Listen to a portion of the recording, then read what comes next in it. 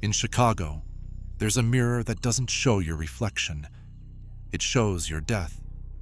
And in New York, an empty apartment that listens, learns, and becomes you. Two places. One rule: don't look and don't answer. On the southern edge of Chicago, near an old industrial district most people avoided even in daylight, there was a road called Wicker Hollow Lane. The name sounded harmless enough, but the place was anything but. At the very end of the street stood a 3-story Victorian house with blackened walls, cracked windows, a rotting wooden porch, and a rusted metal number above the front door: 113. No one in the neighborhood remembered what the house had once been called. For years, locals had known it by only one name: the Mirror House. According to the stories, there was an old mirror on the second floor. It did not merely show your reflection. It showed you how you were going to die. A lot of people laughed at the legend. Some entered the house on a dare. A few even made it back out. But the ones who came back were never the same. Some could no longer sleep with a mirror uncovered. Some draped towels over bathroom glass and polished metal. One man reportedly stopped his car in the middle of a Chicago expressway and ran screaming into traffic because he saw his own face grinning at him from the rearview mirror, and others simply vanished. That was exactly the kind of story that excited Ethan Carter. 28 years old, rising fast on YouTube, Ethan ran a channel called Night Viral. His content was built around haunted places, cursed objects, urban legends, abandoned buildings, anything that triggered fear, fascination, and clicks. Ethan had one personal rule: fear gets views. That night, he brought along his cameraman and closest friend, Jake Morrison. Jake was nothing like Ethan. He was practical, anxious, and far less thrilled by the supernatural. But Night Viral was finally making money, and Jake needed the paycheck badly enough to keep showing up. It was 1:17 a.m. in late December. Chicago's winter cold cut deep enough to hurt the bones. Their breath curled in pale clouds under the weak flicker of broken streetlights. Abandoned warehouses stood on both sides of the road. Old train tracks shimmered in frost in the distance. Jake stared at the house and shoved both hands into his coat pockets. "Ethan," he muttered, "I really don't like this place. Something about it feels wrong." Ethan popped open the trunk and lifted out a camera bag. "Say that again when I start rolling," he said with a grin. "Natural reaction. The audience loves that." Jake looked annoyed. "I'm serious." "So am I," Ethan replied. "This could be our biggest upload yet." The Mirror House of Chicago? That title writes itself. The front door was already slightly open, as if someone had left it ajar years ago, and it had never closed properly again. It swayed faintly in the wind. When Ethan put his hand on it, a smell spilled out from the darkness inside. Wet wood, mold, and beneath it something metallic and stale, like old blood. Jake wrinkled his nose. "You smell that?" "Yeah," Ethan said. "Perfect." They went inside. The floorboards groaned under their boots. The living room was empty except for broken furniture and faded wallpaper peeling from the walls in strips. But the strangest part was the pictures. Dozens of old frames were still hanging. Every single one had been turned around to face the wall. Not one image was visible. Jake looked around uneasily. "Who does that?" "Someone who understands atmosphere," Ethan said. He turned the camera toward himself and whispered his intro. "Tonight, we're inside one of the most feared abandoned houses in Chicago. Locals say there's a mirror upstairs that doesn't show your reflection. It shows your death." Jake said nothing. He was staring at the staircase. That was when they heard it. A slow footstep from above. Thok, thok, thok. Ethan raised the camera toward the ceiling. You got that? Jake swallowed. That's not the house settling. Ethan moved toward the stairs. The banister was icy cold beneath his glove. As they began climbing, Jake suddenly stopped. Wait. Ethan turned. Jake's face had gone pale. Listen. So Ethan listened. At first, he only heard their own steps. Then he realized something was off. Between the rhythm of their two sets of footsteps, there was another one. Step, step, step, step, step, step. And between them, thok, thok, thok. A third pace, 3 people ascending. Jake spun around and flashed his light down the stairs. No one was there. But the footsteps didn't stop. Somehow the sound moved from behind them to above them, as if something unseen had already reached the top of the staircase before they had. They stepped into the second-floor hallway. All the doors were closed, except one. At the far end of the corridor, a single door stood half open, and a faint bluish light spilled out from inside. The rest of the house was dead dark. Jake whispered, Ethan, let's go back. For the first time that night, Ethan hesitated. Not because he wanted to leave, but because a small, yet unwelcome pulse of fear had finally entered his chest. Still, curiosity, ego, and hunger for content pushed harder than fear ever could. Let's just look, he said. Then we leave. They walked to the door. The air there felt different, colder, as if a freezer had been opened on the other side. Ethan pushed the door inward with 2 fingers. Both men froze. The room was wrong. The rest of the house had rotted, decayed, and collapsed into dust. But this room looked preserved. The floor was clean. The faded wallpaper wasn't torn. A dry candle holder still sat neatly in one corner, and in the exact center of the room stood the mirror.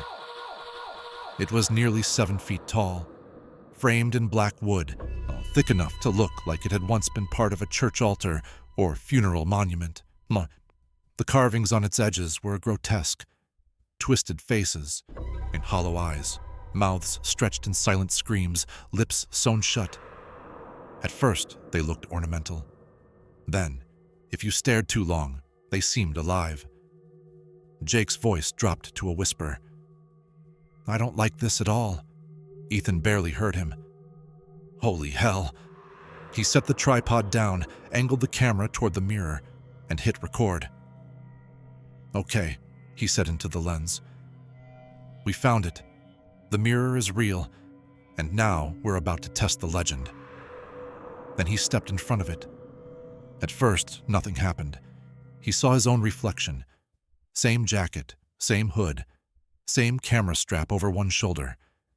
Jake let out a shaky breath. See? Just an old mirror. That's it. Let's go. And then the camera screen erupted in static. The temperature in the room dropped like a stone. Behind them, the door began to move. Slowly. On its own. Creak! It shut, and at the exact same moment, the mirror changed. Ethan no longer saw himself. He saw another room. Dark, the floor wet, a rope hanging from a ceiling fan, and beneath it, himself. Dead. His eyes were sunken deep into his skull. His throat was cut open. Dried blood stained the front of his shirt. His body hung at an unnatural angle. Then the dead version of Ethan slowly lifted its head. Its lips moved. You came anyway. Ethan stumbled backward. What the hell? Jake rushed beside him. What did you see? He never finished, because Jake looked into the mirror, and all the color drained from his face. What? Ethan snapped. Jake, what did you see? Jake's voice came out thin and shaking. I saw myself, running down a highway at night. Nothing behind me, No cars, no people, but my shadow was in front of me, and then it stopped, and I walked into it. Then the knocking began again, this time from inside the mirror. Knock, knock, knock. Both of them stared. Now the dead reflections were gone. Instead, the mirror showed faces. Dozens of them, men, women, teenagers, elderly people, a child or two. Everyone distorted in some terrible way. Burned skin, crushed jaws, bent necks, empty eye sockets, and every face carried the same expression: warning. One of them, a girl no older than 16 with a cut running across her forehead, pressed her hand against the inside of the glass. Her lips moved frantically, but no sound came out. Then something long and shadowy moved behind her and yanked her out of sight. An old man drifted forward next. His mouth trembled as he whispered, "Don't let it learn your face." Jake's voice cracked. "What does that mean?" Ethan grabbed the tripod and swung it as hard as he could. Bang! The mirror didn't even tremble. He hit it again. Bang! Nothing. Instead, the wallpaper around the room began to bulge outward, as if something were crawling beneath the walls. Black water dripped slowly from the corners of the ceiling. The camera shut off by itself. Now the room was lit only by the mirror's cold blue glow. Then came the voice. Not one voice. Many. Men, women, children, old, young, whispering in layers over one another until the room itself seemed to vibrate. Those who see their end can never return to their old life. Jake bolted for the door and slammed his shoulder into it. "Open! Open the damn door!" It did not move. No handle, no give. Nothing. Ethan yanked out his phone. No service, but there was a notification. One file uploaded successfully. He frowned. "What?" Jake looked at him wildly. "What file?" Ethan tapped it. A video opened. The first image showed the front of the house, their car, the porch, and standing in front of the door, Ethan and Jake. Jake stared. "That's impossible." On the screen, the other Ethan looked directly into the camera. His face was white with terror. "If anyone finds this," he said, "don't look into the mirror. It doesn't show your death. It takes your place." The footage glitched violently. Now the screen showed the upstairs room, the mirror, and pressed against the inside of the glass. Two faces. "Ethan, Jake." Jake whispered, "No, no, no." That was when Ethan understood. The mirror wasn't showing the future. It was showing a loop, and a thing that had already happened. Jake screamed. Ethan looked up and saw that Jake's boots were no longer flat on the floor. The boards beneath them had tilted subtly toward the mirror, like a slope. Jake clawed at the small wooden table beside him, but even that was sliding toward the glass. "Ethan, pull me!" Ethan lunged and caught his wrist, but his own hand was changing, turning faint, translucent. He could see the bones inside his fingers. The trapped faces inside the mirror looked horrified. Some shook their heads. Others backed away. Behind them, the tall, shifting shadow grew larger. Then a hand emerged from the mirror. Not human. Long, thin, glassy, sharp-edged where fingernails should have been. It wrapped around Jake's arm. Jake let out a scream so raw and animal that Ethan almost lost his grip. "Ethan!" Ethan pulled with everything he had. Then a second hand came out. Then a third.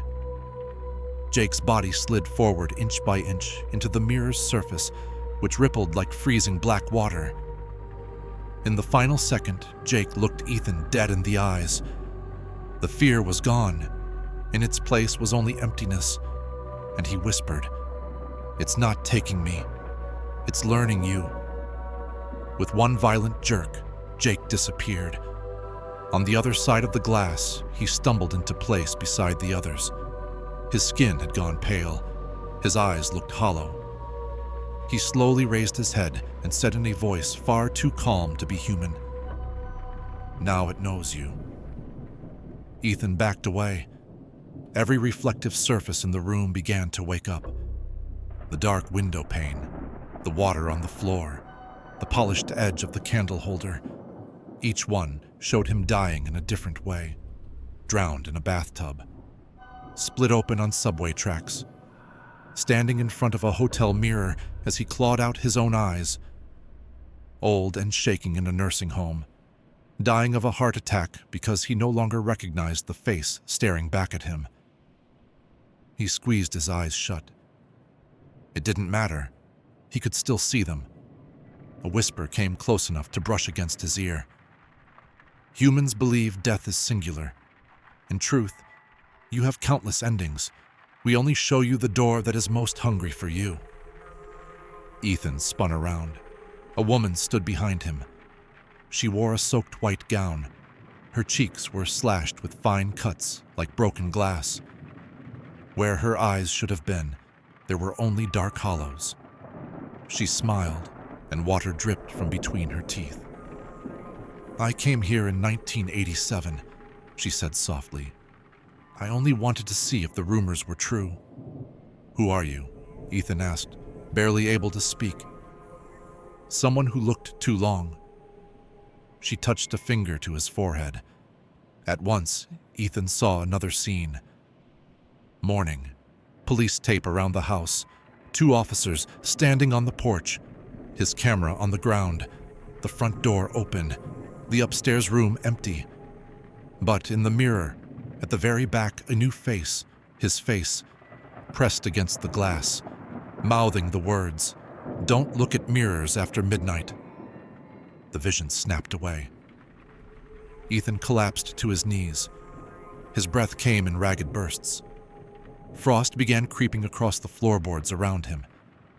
Then the shadow inside the mirror finally came forward. It had no fixed face. Every second it changed. Jake, Ethan, the drowned woman, the old man, the girl, 100 strangers. As if it borrowed whatever face it looked at. Then it spoke. "I do not show death. I choose who carries it." Ethan shouted, "What do you want?" "A doorway." "Why me?" "Because you wanted an audience." And I looked back. All the reflective surfaces in the room cracked at once. The sound was unbearable. Ethan ran for the door. This time it opened by itself. He didn't think, he just sprinted, down the hallway, down the stairs, through the front hall. The whole house seemed to breathe behind him. He burst through the front door and fell onto the frozen porch, gasping for air. He was alive. That thought had barely formed when he looked at the side mirror of his car. He didn't see his own face. He saw the second-floor room, and on the other side of the mirror, Jake stood there, yet repeating the same words over and over. "It came out with you." Ethan smashed the side mirror with his elbow. Glass exploded onto the street. He jumped into the car, jammed the key into the ignition, and started the engine with trembling hands. Then he tilted the rearview mirror upward so he wouldn't have to see behind him at all. He reached his apartment in downtown Chicago at 2:09 a.m., 14th floor. Bright lights, neighbors, civilization, safety. Or so he told himself. He locked the door, turned on every light, threw a towel over the bathroom mirror, turned the decorative hallway mirror toward the wall, stuffed the toaster into a cabinet so he wouldn't see himself in the metal. Then he sat on the couch and tried to breathe. His phone vibrated. Unknown number. He didn't answer. It vibrated again, a voicemail. With shaking fingers, he hit play. Static. Then Jake's voice. "Ethan, don't sleep facing the TV." The line went dead. Slowly, Ethan lifted his head. The black screen of the switched-off television was reflecting his living room, except it wasn't reflecting him. On the screen, he saw his bedroom, and beside the bed stood a figure, a man with Ethan's face. Ethan sat bolt upright on the couch. His heart was pounding so hard he could hear it in the apartment's silence. The television screen was dark, but it showed his bedroom with impossible clarity. The door was half open. Beside the bed stood a figure, and that figure had his face. He rose slowly from the couch. Instead of walking toward the TV, he turned carefully and looked directly at the real bedroom door down the hall.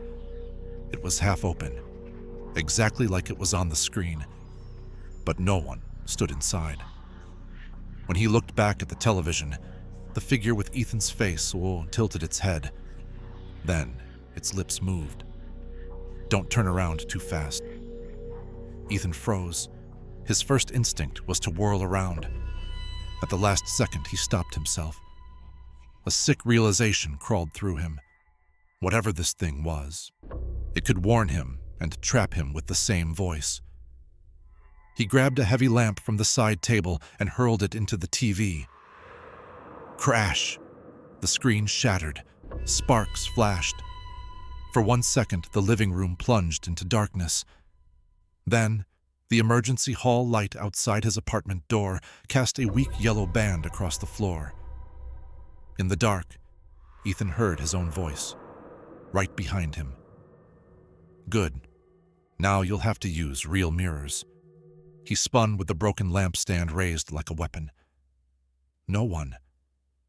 Then he spotted a small round decorative mirror in the hallway that he somehow hadn't noticed before. In it, he saw himself, but not standing. His reflection was sitting on the floor, blood running from his nose, pointing urgently toward the bedroom. Ethan ripped the mirror off the wall and smashed it against the hardwood.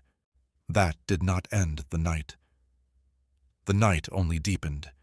He began destroying every reflective surface in the apartment, the bathroom mirror, the closet doors, a compact mirror left in a drawer, his laptop screen, the windows covered, the microwave door draped with a towel. Anything that could hold an image had to be hidden, cracked, buried, or covered. By dawn, the place looked like the scene of a violent break-in. Shards of glass glittered across the floor. Towels were taped over steel and chrome. Broken electronics lay in corners like corpses. And still, the worst part had not happened yet. At around 7 a.m., the doorbell rang. Ethan approached the door and nearly stopped himself. Even the peephole was a reflective lens. But fear and curiosity won again. He looked through it. A woman stood outside, middle-aged, dark blue coat, a leather folder tucked under one arm. He opened the door only halfway. "You Ethan Carter?" "Who are you?" "Dr. Evelyn Shaw." She handed him a card. "Department of Visual Cognition and Trauma Studies, Northwestern University." Ethan stared at it. "This some kind of joke?" "No," she said calmly. "Chicago PD contacted me years ago about a case connected to a house on Wicker Hollow Lane. Then another. Last night, police dispatch logged a trespass event at that property. 2 young men went in. 1 came back out." Ethan said nothing. Dr. Shaw lowered her voice. "May I come in? And if possible, I'd rather not see my reflection while I'm inside." That one sentence chilled Ethan more than anything else had so far. He let her in. Her gaze swept over the shattered glass, taped surfaces, darkened screens, and covered metal. "You moved fast," she said. "That means it followed you immediately." "Followed me," Ethan whispered. She sat on the couch as though she had done this many times before. "People make a mistake," she said. "They think a haunted object contains a spirit. Some objects don't contain anything. They are doorways. And on the other side of some doorways are things that feed on image, repetition, and self-recognition. Ethan stood rigid near the kitchen. How do you know that? She was silent for a moment. Then she said, because my brother entered that house in 1999. The room went completely still. He came back, she continued, for 2 days. On the 3rd day, he stopped recognizing which version of himself was real.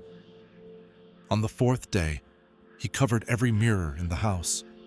On the 5th, he saw himself smiling from a spoon. Ethan felt his throat tighten. What happened to him? Dr. Shaw looked straight at him. He walked backward into a full-length mirror in our mother's bedroom.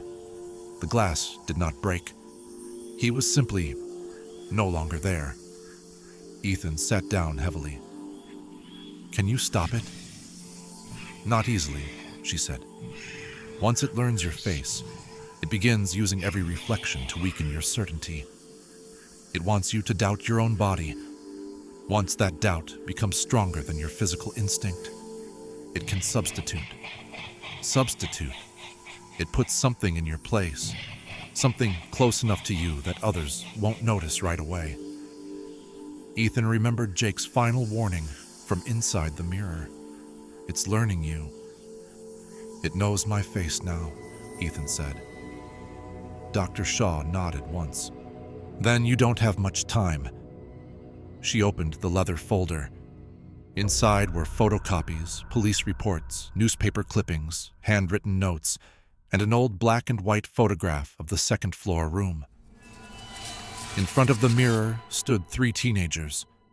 On the back of the photograph, someone had written, Autumn 1974. All 3 missing. Another report showed the woman Ethan had seen inside the mirror the previous night. Laura Vance, institutionalized for 18 days in 1987. Later disappeared from a hospital washroom. There were also handwritten rules. Rule 1. Never answer your own voice from another room. Rule 2. Never look into reflective surfaces after hearing 3 knocks. Rule 3. If your reflection moves first, do not blink. Ethan read them in silence. Do these actually work? Sometimes, Dr. Shaw said. Enough to buy time. What do we do now? From the bottom of the folder, she removed a hand-drawn sketch of the mirror's carved frame. The doorway is anchored by recognition. It becomes strongest when you meet yourself through it. To weaken it, you need to return to the original mirror and deny it a completed exchange. Ethan looked up sharply. You mean go back? Yes. And Jake? There may still be an active link to him. Can I save him? Dr. Shaw did not answer right away. You may be able to interrupt the replacement, but if someone has been on the other side too long, what comes back may not be what went in. Ethan's jaw tightened. I'm going back. Dr. Shaw gave the slightest nod, as if this was the answer she had expected all along. Then we go before sundown. At night, the house stops obeying architecture. They prepared through the afternoon. No reflective sunglasses, only matte goggles.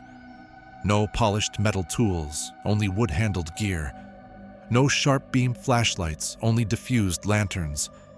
And strangest of all, Dr. Shaw carried a small velvet pouch filled with black powder. What is that? Ethan asked. Charred photographic emulsion and ash, she said. Destroyed images. Sometimes it confuses things that live by image. At 5:40 p.m., they returned to Wicker Hollow Lane. The sky was already turning gray with early winter dusk. Light snow drifted across the street. In daylight, the house looked even worse. Sick somehow, as if it had been rotting from the inside for much longer than the neighborhood around it. They stepped through the front door. Immediately, they knew something had changed. All the picture frames that had been turned backward the previous night were now facing outward, but there were no photographs inside them. Only dark, glossy surfaces. Tiny black mirrors. "It's stronger now," Dr. Shaw said quietly. As they climbed the stairs, Ethan heard his own voice drifting from downstairs. "Evelyn, don't go with him. He already switched." Dr. Shaw did not even pause. "Rule 1, she said. Never answer your own voice." They reached the second floor. Then came the knocks. Knock, knock, knock. Ethan went rigid. At once, every door in the hallway opened a few inches. In the darkness of each room stood a figure shaped like a person, though no face could be seen. "Keep moving," Dr. Shaw said. They stopped at the final room. The door was wide open. The moment they stepped inside, Ethan understood that the room was no longer a room. The walls were farther away than they should have been. The ceiling rose impossibly high. Water covered the floor, but it reflected not the ceiling above, rather a different sky entirely. Black, fractured, shifting. In the center stood the mirror, larger than before. The carved faces in its frame were unmistakably alive now, their mouths opening and closing without sound. And on the other side of the glass stood a crowd, hundreds of faces. Jake among them. He moved to the front. He looked almost normal, same jacket, same face, but pale, drained, and subtly wrong around the eyes. "Ethan," he said, "you shouldn't have come back." "Jake." Ethan took a step forward. Dr. Shaw caught his arm. "Not until we know which side is speaking." Jake placed a hand flat against the glass. "I'm still here. Get me out." Then another Jake stepped forward from behind him. Identical face, identical voice. "No, don't listen to him. That's not me." Then a third, a fourth. Within seconds, the mirror was filled with Jakes. 10 versions, 20, all talking over one another. Some begging, some crying, some laughing too softly, some trying too hard to sound human. Ethan grabbed his head. Which one is real? Dr. Shaw scattered a ring of black ash powder around them on the floor. "Don't choose by the face," she said. "Choose by memory." She turned to Ethan. "Ask something the real Jake would answer without trying to convince you." Ethan stepped toward the glass. "Jake," he said, voice shaking, "where did we do our first paid shoot?" At once, multiple Jakes answered. "Gary, Indiana." "No, of the old tunnel. It was the church basement." "Stop wasting time and pull me out." Ethan's heart sank. For a moment, even he couldn't remember. Then Dr. Shaw whispered, "Not the place, the moment." And suddenly it came back to him, their first paid shoot. Jake had been so nervous he spilled coffee all over the equipment bag, and Ethan had forced him to pay for a new battery pack. Ethan raised his head. "What did you spill into the bag on our first paid job?" Most of the Jakes went silent. One said, "Water." Another said, "Blood from the meat plant." Another said, "Nothing." Then, from the far left, half hidden in the crowd, one Jake said quietly, "Cheap gas station coffee, and you made me buy a new battery pack." Ethan's eyes filled with tears. That's him. At once, every face inside the mirror turned toward him. They knew. Dr. Shaw stepped inside the powder ring. "Now listen carefully. Do not touch the glass until it offers the wrong face first." "What?" "Doorway's bargain," she said. "If it's hungry enough, it will rush." At that moment, the mirror rippled. Ethan saw his own reflection on its surface. But something was wrong. The reflection moved a fraction of a second ahead of him. Dr. Shaw shouted, "Rule 3, don't blink." Ethan locked his eyes on it. His reflection smiled. He was not smiling. Its teeth looked too sharp. Then the reflection lifted its hand from inside the glass. Ethan's eyes burned. Water gathered in them. Every instinct screamed for him to blink. Dr. Shaw threw a fistful of the black powder into the mirror. The reflection shrieked. The sound was like camera feedback mixed with tearing flesh. At once, the real Jake was thrown forward as if some force had lost its grip on him. "Now!" Dr. Shaw screamed. Ethan lunged and grabbed Jake's wrist, but in the same instant, another hand seized Ethan from the side. He turned. Another Ethan stood there. Same face, same jacket, same bruise under the cheekbone, same terror in the eyes. The double gasped, "Don't! If you pull him out, I go in." Dr. Shaw froze for half a second. So that was how the substitution began. "Evelyn!" Both Ethans shouted at once. "I'm real." The room shook. Hundreds of faces laughed from inside the mirror. Dr. Shaw closed her eyes briefly, thinking. Then she said, "Real Ethan, what did the TV show you last night?" Both answered at once. "My bedroom." "And what was beside the bed?" One said, "A shadow." The other said, "Me." "Too vague, Doctor," Shaw snapped. Then Ethan remembered something else. On the TV screen, the red digits of the clock beside the bed had been visible. 2:14. The Ethan on the right gasped. The clock read 2:14. The Ethan on the left hesitated a fraction of a second before saying 2:14. That delay was enough. Dr. Shaw threw ash into the left Ethan's face. Its skin split open, revealing something beneath like black reflective glass. It smiled and fractured into a dozen overlapping reflections before vanishing. Now Ethan didn't hesitate again. He seized Jake's arm with both hands and pulled. The mirror felt like freezing liquid. On the other side, countless hands grabbed Jake and dragged him back. Ethan pulled with everything in him. His shoulders screamed. Jake was shouting. The carved faces on the frame writhed. "Doctor." Shaw began pouring the last of the ash along the frame while chanting something under her breath in a mix of Latin and English. The water on the floor began to bubble. The silent faces in the walls opened their mouths wider. Then it came. The thing. The faceless intelligence that borrowed every face it saw. For 1 second it wore Jake, then Ethan, then Dr. Shaw, then a child, then Laura Vance, then an old man, then a police officer. Its voice rolled through the room. "One must remain." Dr. Shaw stopped. "Of course," she whispered. Ethan shouted, "What?" She looked at him. "The doorway needs a witness anchor. If both of you leave, it stays open." "Then close it." "I can't from outside."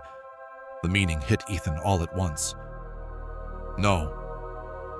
Dr. Shaw's face did not change. There was no panic in her eyes, only exhaustion and something like acceptance. "I've studied this house for 27 years because I knew I would end here." Jake cried out as Ethan kept dragging him forward. Dr. Shaw continued very quietly. "My brother was taken. Someone should have gone after him. I waited too long. There has to be another way." "Maybe," she said, "but not tonight." With a final violent shove, she forced Jake farther out of the mirror's pull. Jake collapsed onto the floor on Ethan's side, coughing, shaking, warm and alive. Then Dr. Shaw placed one arm into the mirror's surface. It swallowed her up to the elbow. The entity borrowed her face. Using her voice, it said, "Close your eyes when you hear me outside." Then, one last time, Dr. Shaw herself spoke. "Ethan, break every mirror in your apartment before midnight. Hey, Jake, don't let him be alone for 3 days." The room imploded inward. The mirror folded in on itself as if sucking down the space around it. Ethan grabbed Jake under the shoulders and dragged him back into the hallway. The bedroom door slammed shut behind them. From the other side came 3 slow knocks. Knock, knock, knock, then silence. They stumbled out of the house and collapsed into the falling snow. Their breath smoked in the freezing air. Jake shook uncontrollably and started to cry, not loudly, but with the numb disbelief of someone who wasn't yet sure he had truly escaped. Ethan turned toward him. "You're real?" Jake looked up and gave a weak, exhausted smile. "Cheap gas station coffee, remember?" For the first time in nearly 24 hours, Ethan let out a broken laugh. But the relief lasted only seconds, and in the side window of Ethan's car, they saw their reflections. Both of them. Then a third face appeared in the back seat glass behind them. Dr. Evelyn Shaw. She raised one finger and slowly wrote across the inside of the reflection, "Don't let it teach the city your face." Then she vanished. Ethan and Jake stared at each other. Both understood at once. Maybe the house had been contained, maybe the mirror had been weakened, but the thing itself was not gone. Because now it understood far more than one old Victorian house.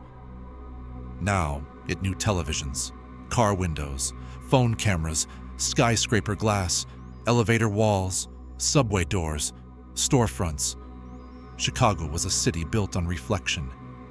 And if the thing ever truly learned how to move through all of it, there would no longer be a single place called the Mirror House. The entire city would become one. Part 2. Voices from the empty apartment above. The building on West 89th Street, Manhattan, wasn't particularly old. Not ancient enough to be haunted by history. Not new enough to feel safe. Just one of those in-between places. Cheap rent, thin walls, flickering hallway lights, and neighbors who never made eye contact. Apartment 4B belonged to Daniel Reeves. He had moved there 3 months ago, alone. Daniel worked night shifts as a freelance video editor. His world ran on deadlines, caffeine, and silence. That was exactly why he had chosen this apartment. Quiet building, no parties, no families, and most importantly, no one living directly above him. Apartment 5B had been listed as vacant since before he moved in. The landlord had confirmed it casually. "No one's up there," he said. "Hasn't been rented in months." That was one of the reasons Daniel chose 4B. No footsteps, no noise, no interruptions. The first sound came on a Tuesday night, 2:43 a.m. Daniel was editing a video when he heard it. A soft dragging noise from the ceiling. Skrrr. He paused, looked up, silence. He waited a few seconds, then skrrr, tap, like something being slowly pulled across the floor above him. Daniel frowned. That's weird. He checked his phone. 2:44 a.m. Maybe the landlord had rented the unit without telling him. Maybe someone had just moved in. That would explain it. Except the dragging didn't sound like furniture. It sounded slower, heavier, intentional. The next night it happened again, same time, 2:43 a.m. This time it was louder. Skrrr. Tap, tap. Daniel stood up, walked to the middle of the living room, looked at the ceiling. "Hello?" he called out. Silence. Then, tap, right above him, exactly where he was standing. Daniel froze. It felt like whatever was upstairs knew where he was. The next morning, Daniel went to the landlord. "There's someone in 5B, he said. "I hear movement every night." The landlord didn't even look up from his paperwork. "Impossible. I'm telling you, I hear dragging. Footsteps. "No one's been in that apartment for 6 months," the landlord replied flatly. "You probably hear pipes." "Pipes don't tap back when I talk," Daniel snapped. The landlord paused, then gave a thin smile.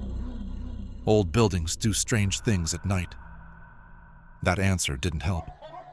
That night, Daniel decided to test it. He waited. Lights off. Phone recording.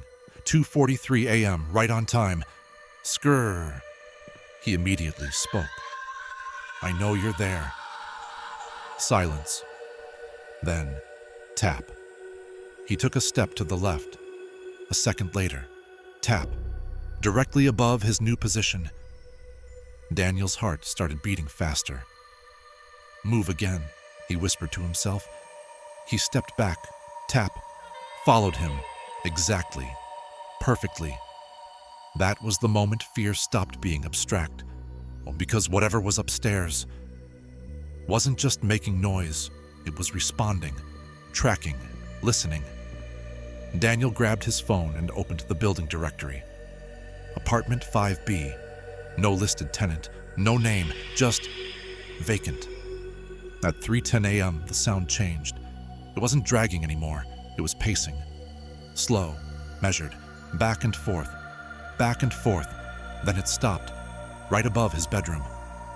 Daniel didn't move, didn't breathe, and then he heard it.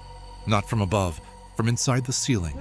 A voice, faint, distorted, like it was being pushed through layers of wood and plaster. "Hello?" Daniel's blood ran cold. He whispered, "Who's there?" A long pause. Then the voice came again. Closer, clearer. "You hear me?" Daniel didn't sleep that night. The next day, he demanded the key. "I want access to 5B, he told the landlord.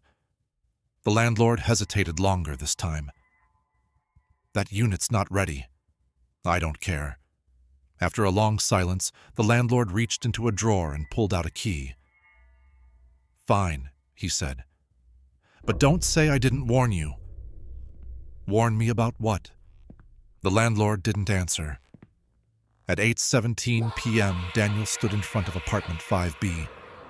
The hallway light above flickered weakly.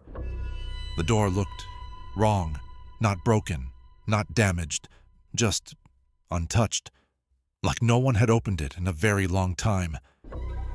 Daniel inserted the key, turned it. The lock clicked. The smell hit him first. Stale air, dust, and something faintly metallic, like dried blood. He stepped inside. The apartment was empty. No furniture, no movement, no sign of life, just a thin layer of dust covering everything. Untouched, undisturbed. Daniel walked slowly across the living room. Every step left a clear footprint. No other footprints. No signs anyone had been there. Then he reached the center of the room, directly above where his couch would be downstairs. He stopped, looked down, then back up at the ceiling, and for a brief second, he felt something impossible, like he was standing in the exact same place as something else. That night, 2:43 a.m., Daniel was back in 4B, waiting, watching. The sound came. Right on time. Skrrr. He looked up, frozen, because now he understood something terrifying. The sound wasn't coming from above anymore. It was coming from inside his own apartment, from his ceiling, from directly above his head, and then from upstairs. He heard his own voice. Clear, perfect. "Hello?" Daniel didn't move. He couldn't, because the voice above him was his, not similar, not distorted, not almost. It was exact. Tone, breathing, rhythm, everything. "Hello?" the voice repeated. From apartment 5B, from the place that was supposed to be empty. Daniel slowly stepped backward. The floor creaked. Immediately, from above, the same creak echoed, a perfect copy. "No," Daniel whispered. Above him. "No," the voice whispered back. Daniel turned and ran to the hallway. He threw the door open and stumbled into the corridor. The building was silent. Too silent, like the entire structure was holding its breath. He looked up toward the ceiling. Nothing. No movement, no sound. Then, from above, footsteps. Running, following him, matching him. Daniel sprinted down the hallway. The footsteps above followed. Perfectly synchronized, like something was running on the ceiling, tracking him. He slammed into the stairwell door, burst through, ran down 2 flights, stopped, listened, nothing. Then, from above, a slow knock, tap. Daniel stumbled out of the building, into the cold New York night. He didn't stop running until he reached the corner. The next day, he didn't go back. He stayed at a motel, didn't sleep, didn't eat much, just kept replaying the sounds in his head. By afternoon, curiosity pulled him back. Not courage, not logic, just the need to understand. When he returned to the building, something had changed. The directory, apartment 5B, now had a name. Daniel Reeves. He stared at it, heart pounding. "That's not funny," he muttered. He went upstairs. 4B, his door, unlocked. He stepped inside slowly. Everything looked normal. Furniture untouched, lights off, silence. Then, from the ceiling, a whisper. "You came back." Daniel froze. "Good." The voice was clearer now, stronger, closer. "We're almost the same now." Daniel backed toward the door. "What are you?" he shouted. Silence. Then, from above, footsteps. Slow, heavy, walking to the center of the room, then stopping, right above him. Daniel's phone buzzed. He looked down. Unknown number, video message. He hesitated, then pressed play. The video showed apartment 5B from inside, and standing in the center of the room was Daniel. Not a reflection, not a recording, a different Daniel. That version looked directly into the camera, smiled, and said, "I've been listening to you for 3 nights." Daniel dropped the phone. Above him, the ceiling cracked, a thin line forming across the plaster, spreading, slowly. Something was pushing from the other side. "Stop!" Daniel screamed. The voice replied, "You opened the door." The crack widened. Dust fell. A hand pushed through, not breaking the ceiling, passing through it. Like it wasn't solid, Daniel stumbled backward. The hand was his, same skin, same scars, same fingers. Then the arm. Then the shoulder. The thing forced itself through, not from above, but from a space that didn't follow direction. And then it stood there. Another Daniel, looking at him, smiling. "Hi," it said. Daniel shook his head. "No." The other Daniel tilted its head. "Well, you already taught me how to move." It took a step forward. Daniel took one back. The distance between them didn't change. The room stretched, the walls moved, the ceiling bent downward. "You hear it now, don't you?" the thing said softly.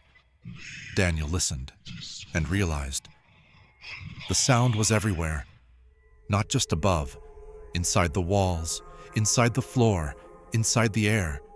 Millions of tiny movements, like something crawling through the entire building. "You thought it was upstairs," the thing said. "It was just learning your position." Daniel's breathing became shallow. "What do you want?" The thing smiled wider. "To be where you are." "And you?" It stepped closer. This time, the distance closed. "You go where I was." Daniel turned and ran, but the hallway was gone. Only doors. Endless doors. All labeled, 5B behind him. Footsteps, matching, closer, closer.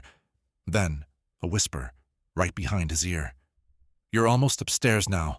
Daniel slammed into a door. It opened. Inside, apartment 5B empty, dusty, silent. He looked down. No footprints, except one, appearing, step by step, walking toward the center, without a body. Then, from below, he heard it, his own voice. Hello? Daniel slowly looked up and realized he wasn't in 4B anymore. He was above it, and below. Something was living his life. The next week, neighbors reported hearing noises from apartment 5B, dragging, tapping, footsteps, and sometimes a voice, faint, desperate. Can you hear me? But when anyone checked, the apartment was empty. And downstairs, in 4B, Daniel Reeves was still living there, answering emails, editing videos, smiling at neighbors, perfectly normal, except he never used mirrors anymore, because sometimes they didn't match him. And late at night, at exactly 2:43 a.m., he would stop, look at the ceiling, and whisper, "I'm still here."